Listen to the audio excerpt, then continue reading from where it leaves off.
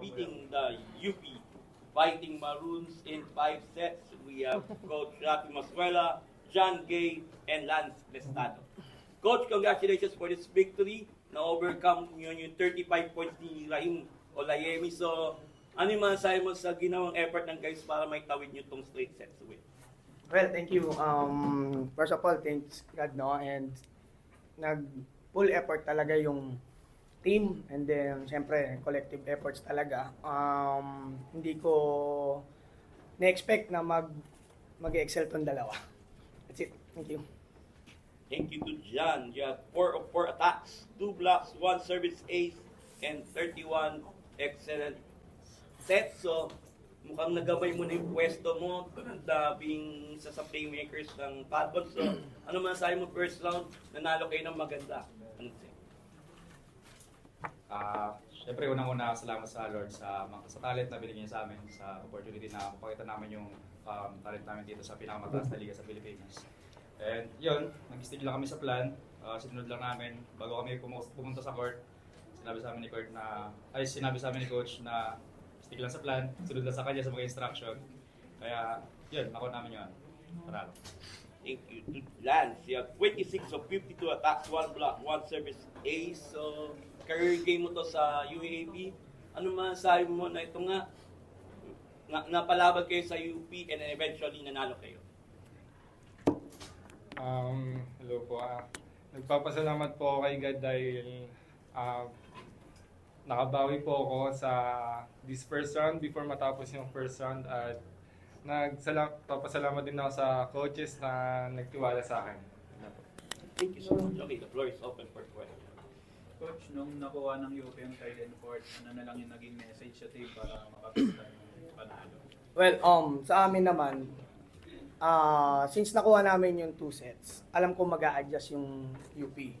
But, syempre, ang instruction ko rin naman, nag-adjust na yung kalabang, kailangan natin mag-adjust. Although, nung third set is nawala yung blocking namin. Kaya doon kami nagkaroon ng struggle talaga. Lance, yun nga, ano siguro yung special sa araw na to, yung naging mindset mo papunta dito para makuha yung career game mo?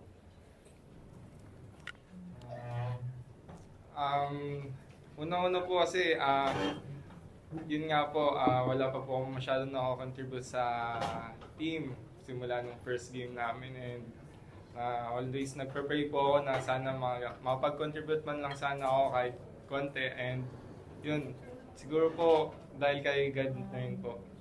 Yun lang po. Lance, paano na lang nakatulong na kumbaga mas familiar ka sa system ni Coach kasi high school pa lang magkasama? Opo.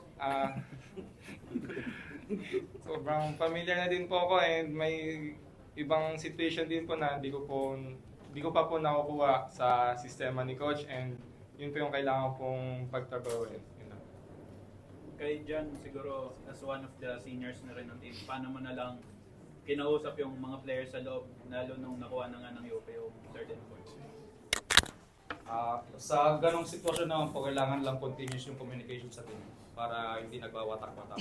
So, nagkakaroon ng errors, pero nandun yung pagbawi. Kausapin mo lang na bawi tayo, one stop tayo. Kaya, yun po, communication po yung naging key namin para makuha yung game set. Paano mo na lang rin in-embrace yung opportunity, yung role na binigay sa'yo na mag full-time setter? Tinanggap ko lang siya ng buong puso and nag-enjoy naman ako sa sa setting. So, kapag i-enjoy mo kasi yung binigay sa'yo na role is mag-excel ka talaga. Coach, Okay, Coach. So, how does this game set the tone for round 2? And what do you aim na bawasan or improve sa team ng Adamson? Well, magandang panalo din to since na first round, no? Sabi ko nga sa mga bata, sa ganyan nilalaro natin, it's either pwede tayo manalo, pwede tayong matalo. So game plan na lang and then the way of you execute the game plan nga. Siguro better na maiaano ko sa skills nila is yung attacking skills talaga. Although may pasa, may blocking, may set of play, but minsan kasi doon sa attacking nagkakaroon kami ng sabihin natin decision making na nangyayari. Kasi may binibigay akong instruction, hindi nangyayari. So, nare-realize na lang after the execution.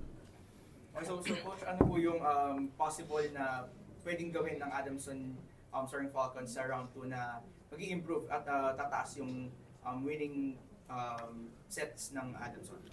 Siguro doon sa nakita ko ngayon, no, magpo-focus ako doon sa K2 system namin, which terminology namin yon na transition attack. So yung transition attack na from defense, block defense, and then counter attack. So siguro doon ako magpo-focus. Thank you. Yung last na question.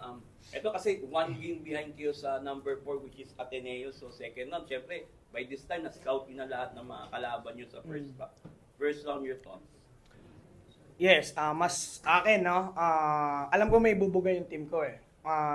Nagkakaroon lang talaga ng minsan ng miscommunication about doon sa game plan and then sa the way of execute nung kalaban. Kasi lahat naman ng teams may kanya-kanyang tawag nito, strategy. Especially kung ano yung pinaka-specific skills doon sa kalaban, doon namin i-counter. Yeah. On that note, congratulations, Coach Rafi, John, and Lance. Thank you very much. Thank you.